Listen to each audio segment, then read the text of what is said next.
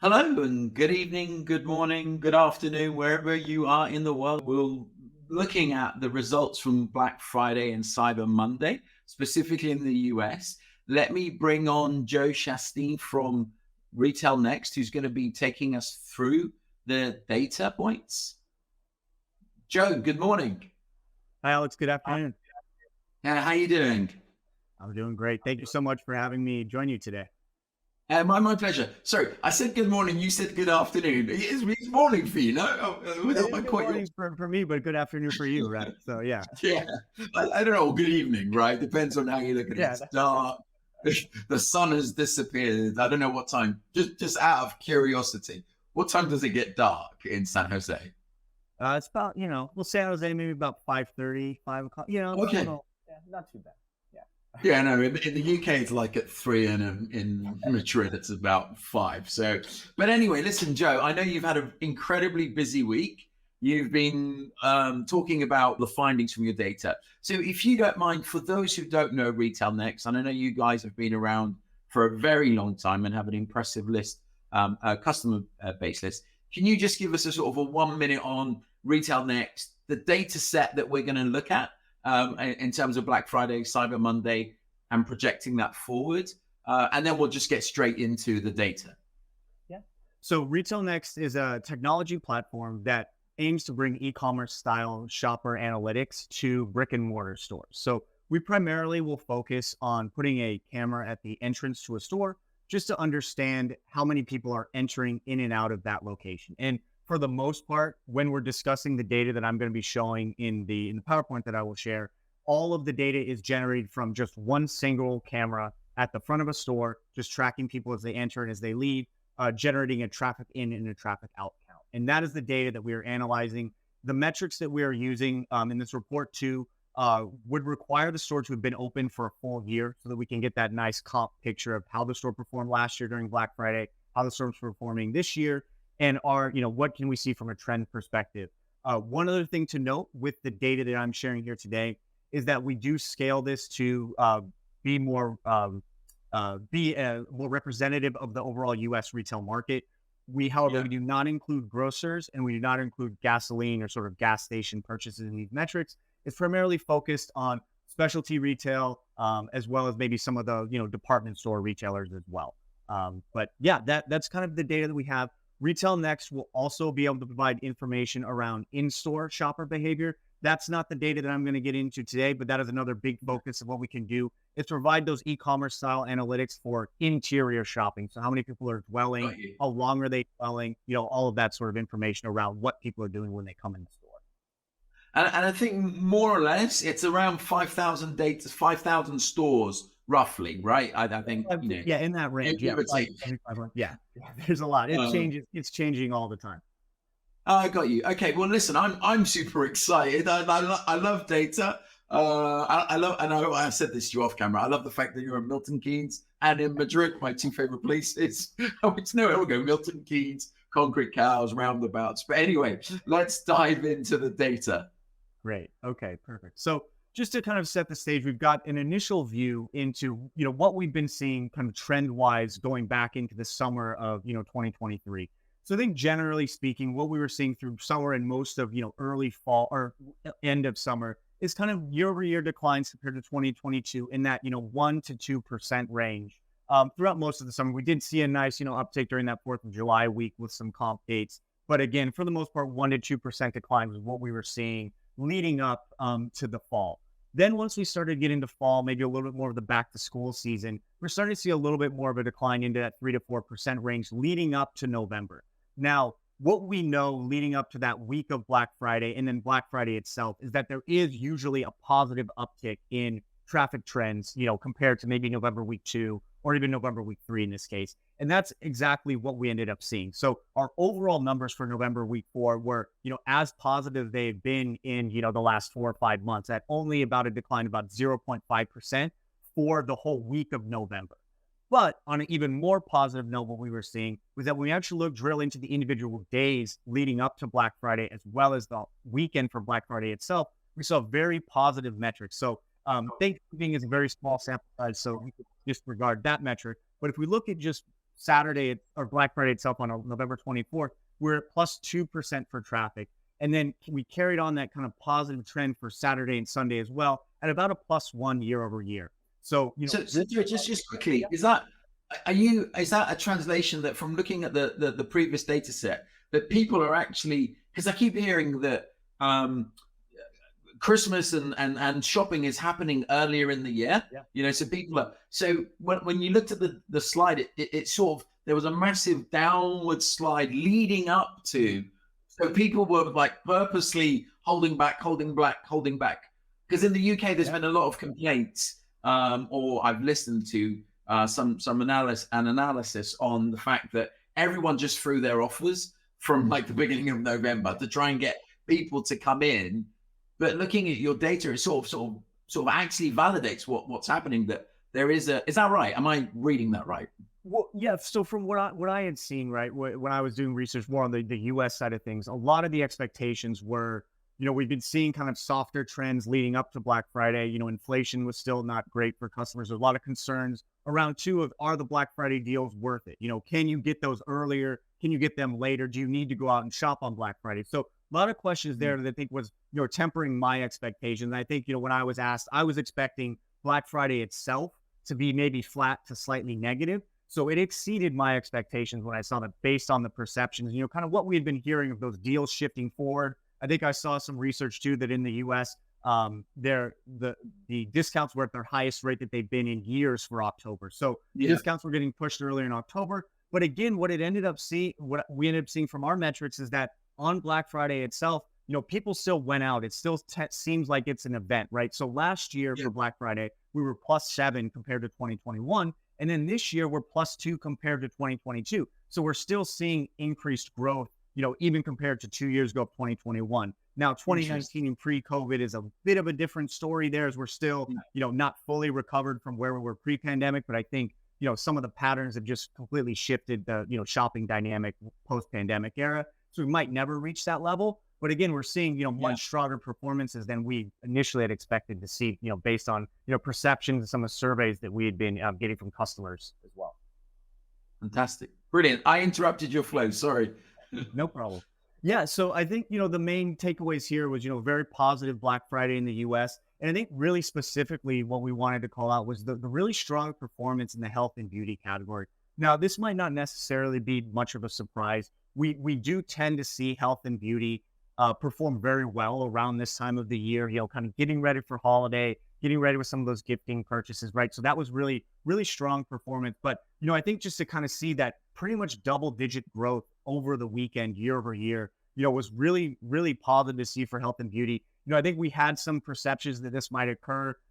I think luxury segment is still doing great for those people who, can afford luxury, right? They're not really changing their habits too much. But maybe those people who are on the border of maybe wanting to purchase luxury, those people maybe seem to shift a little bit lower into, maybe more premium cosmetics or, maybe the health and beauty space, as opposed to maybe, the luxury apparel, the luxury accessories and those sorts of items. So that was something that we definitely noticed was that, that health and beauty category, especially kind of the premium health and beauty, was doing very well. We saw smaller growth in the luxury segment as well. And we saw, also too, in the jewelry category, was another category I want to call out. We saw really strong growth in jewelry. Some of the growth was due to luxury, but really a lot of the growth in the jewelry category was really from the low kind of costume jewelry kind of price points.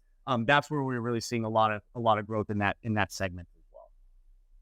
Understood. Great. And then just the one final point I wanted to bring up with kind of preparing for a holiday and what we're seeing. So we got a metric from 2022. So we basically looked back at our holiday trends and we looked back at 2021 as well. And they're all very similar. But what we noticed is we set the average traffic during this holiday time period. So basically November to December, that whole 2-month period, we're considering the holiday shopping time period. And we set the average traffic to 1. So that was just your average traffic over that time period is equal to 1. And then we looked at what are the kind of key shopping dates, Black Friday, that whole weekend, then Super Saturday, the other Saturday, and then the kind of last, 9-10 days leading up to Christmas. What does that traffic look like compared to the average day? And what we are seeing is that Black Friday, as you might expect, has by far the most traffic, about 2.6 times the amount of traffic that you're getting on a regular kind of holiday shopping day. You're getting Yeah. 2.6 that amount on Black Friday. Now, leading up to Christmas time, right? That is where you're starting to see still really strong performance, almost 1.8, 2x the amount of average holiday traffic. But it's not quite at the same level as Black Friday. I like to say that, leading up to Christmas, you get a Black Friday basically every 2 days. So Black Friday traffic every 2 days during the Christmas ramp up period, that last 10-day period, is equivalent to the traffic that you're getting in the Black Friday period. So, just something to keep in mind that, we're still going to have our most valuable days for retailers are coming up that last, 10 days before Christmas. Really strong drivers for traffic, really strong drivers for sales. So it's really important just to kind of, take some learnings from, whatever we're seeing from traffic on Thanksgiving, in what were your trends looking like from an hourly perspective, and just making sure that we're ready during the holiday time period from a labor perspective, from coaching up the labor to understand where those associates are going, where they can interact with customers on the floor plan to really try to drive that conversion as we're going to start to get that more valuable traffic in the store, when there's much more urgency to make those purchases. So how does that break down in terms of from your experience as you move? Because obviously the next big shopping event are the sales that in the UK literally start the day after Christmas, Boxing Day, they call it. In Europe, they have the King's Day, or it's like the 7th or 8th of January. In the US, when is that sales? And I guess that's what you're saying here. As we come out of Christmas into that festive sales period, you're expecting the traffic to sort of keep going, and retailers should be briefing their store associates in that way. Yeah. So from my perspective, I think, we're going to see a downturn, over the not a downturn, but traffic's going to slow. It's still going to be strong, but it's not going to be what you're going to see in those last, 2 weeks last week or two leading up to Christmas. That's really where you're going to get your high traffic and your really high valuable highly valued customers in there, because there's going to be a lot more urgency to make that purchase. What we so literally the next 2 weeks, really.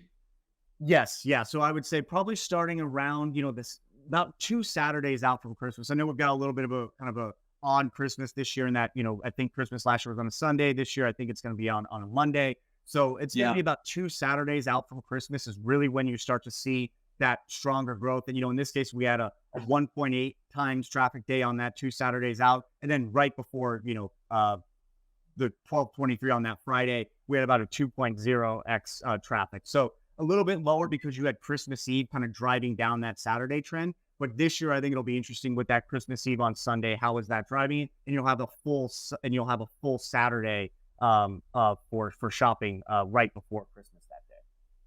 Understood. Okay, that's fantastic. I mean, so much to unpack. And I guess that the other thing that retailers or folks that work in retail or sell to retailers are thinking about our NRF. Looking at what's that all about? What should they be focused on?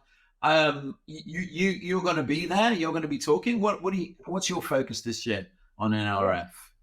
Yeah, so I'll be doing a few things in NRF. So one of them will be talking about our traffic data. I think we are also kind of in the early stages, but we are planning to expand our kind of benchmarking data. So this data is based on the US, but we are in the process of expanding, providing benchmarking data on more of the UK, the EU, and the Middle East as well. So, hopefully during that time, I don't want to promise yet, but we are, planning to kind of discuss some of the traffic trends that we're seeing in those regions, do a little bit more with the US as well, with what we've been seeing, kind of a post, holiday recap will be in January at that time, be able to recap the Christmas kind of festive period, provide some details there. And then I'll also be providing some more information kind of around the work that I do with our retail lab. So that was where I kind of mentioned at the beginning of the call. We do also do, and the majority of the work that I do is actually in retail lab. We'll put multiple sensors kind of all throughout the store to provide those e-commerce style analytics, not just at the door, entry point to the store, but as customers are shopping, as they're moving throughout, so that you can really understand more about the shopper path. So,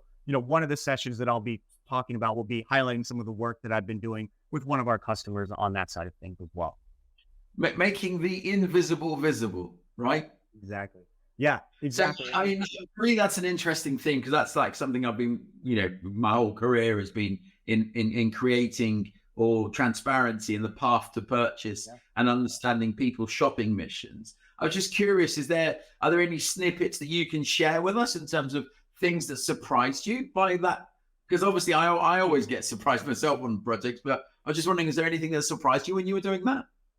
Yeah, I mean, well, I mean, there's been so many projects. I think for the most part, what I would say is I'm sometimes surprised by the unique nature of a lot of the retail stores, right? Like you think there might be some, there's definitely takeaways that you can make, but typically every project that we work on, the store, the layout being very different and unique, there's always different kinds of findings and different trends and different ways that you can drive shopper movement through the way that the store is laid out, right? So some of that can be bad, right? If it's too blocked or there's too much congestion, there's not enough flow to get to certain parts of the store. So, we can provide metrics to customers, letting them know, what does abandonment rate look like? How many people are coming in the store and leaving, before actually engaging with the product? We can have different methodologies for doing that, but, we can Yeah. also provide details on, what proportion of customers make it to certain areas of the store. So let you know where are they kind of peeling off on that funnel, where are you potentially losing that conversion rate? And I would say, for the most part, that's kind of what I find is, all these retailers are very unique, very different kind of paths to purchase, very different shopper journeys. And I think that's what makes it so exciting to really kind of dive in and try to, find those different tests that we can run, those A/B tests. I mean, that's really the key factor of our platform is it really for those test and learn labs, right? Where you're testing out a new fixture, maybe one style of, putting the product folded versus one style of maybe hanging it on the rack, testing out how is that driving, dwell behavior or traffic behavior, or people just not seeing it, right? And then you can tie that to your sales metrics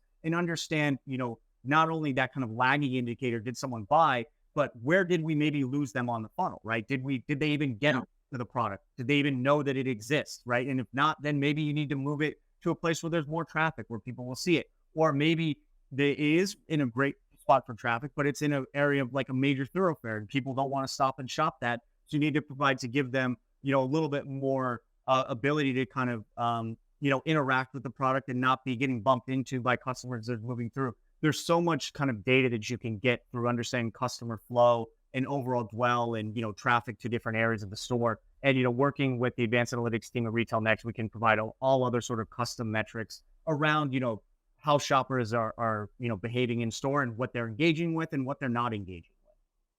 Yeah, I mean, it always surprises me how much retailers leave on the table in the failure of conversion, upsell, and cross sell, because it's just like left to a dark art based on some POS data that they've got historically that says if they buy this, they'll buy that, as opposed to physical data from what's happening in the path to purchase or in that. So, sorry, go on. That's a great point. Just to jump up, I mean, that's a great point. And that's kind of what we can also provide, with like adjacencies, right? So we can understand, this in the online space, right? If someone clicks on one link for one product and they click on another one, that they, there's overlap there. Well, we can get to that with our data, right? We know that someone shopped fixture A, and then we know that, okay, they skipped fixture B and fixture C and went to fixture D. So we can provide details on maybe what are some of those overlaps where maybe you don't see that in the sales data because maybe for some reason they're not converting. So you're not seeing that in their basket, but we're able to provide a little bit more of a perspective again on that kind of higher level of the funnel of where were those opportunities that might've been lost. And, it even goes back to, higher level data for traffic and, just conversion at the store is you can use this kind of data to compare your different stores. If you just have sales data, and this kind of going back to your point about what surprises me most, I think one thing that I've seen is that I've really kind of drilled into like looking with some of our customers for segmenting out their stores and kind of clustering them is that oftentimes you'll think stores before are very similar because they have very similar, daily average sales or, whatever sort of sales metrics you're looking at. But when you look at the traffic level, it's very different. And that shows what the true opportunity of a location is, right? And that can really help you understand, is this store actually performing well? Do I need to maybe consolidate locations? Do I need to expand locations, right? It can really just let you know overall what is that opportunity that you really don't have insight into unless you understand how many people are actually coming into the door or, coming into the store through your door. Oh, absolutely. I mean, look, there's been so many. They're probably off-record conversations where retailers admit that they've got this flagship store that only converts of the 10,000 people that walk through the door, something like 1%, whereas their high street branch that is underinvested in, utilized, is converting a higher percentage of traffic. So listen, Joe, as you can tell, I can carry on. It's a subject that I love in terms of dissecting why people do what and what is happening. If people want to find out more about your research or what Retail Next are up to, where should they go? Yeah, so you can go to our website, Retail Next. Just Google for Retail Next will pop up. We also have some dashboards that are made available to us that include the data that I've shown here. So, for our customers, we make that available. We do also make that available for some media as well. So, that would be the best way. Just research Retail Next and then, reach out to myself. My email is just joe.shasteen@retailnext.net. Happy to address any other questions or forward those along to anybody else at our organization that can help with that. That's fantastic, Joe. I look forward to seeing you at NRF, hopefully in a bar somewhere. Have a wonderful rest of your day. Thank you. Cheers. Bye.